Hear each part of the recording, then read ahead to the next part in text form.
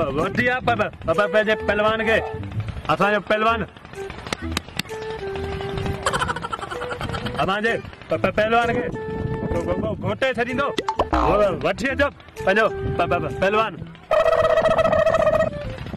अरे संभाल जाए ने पंहिंजे पहलवान के हकला मारो जो पहलवान थे ना वडेरो जामड़द खान हींअर ई थो अच नई ने तोरे मैदान ते ॾिसजां त कीअं थो धुबंदो अच नई धुबंदो पेरनि जी आवाज़ ॿुधजां सॼी ज़मीन धुबण शुरू थी वेंदी धुबण।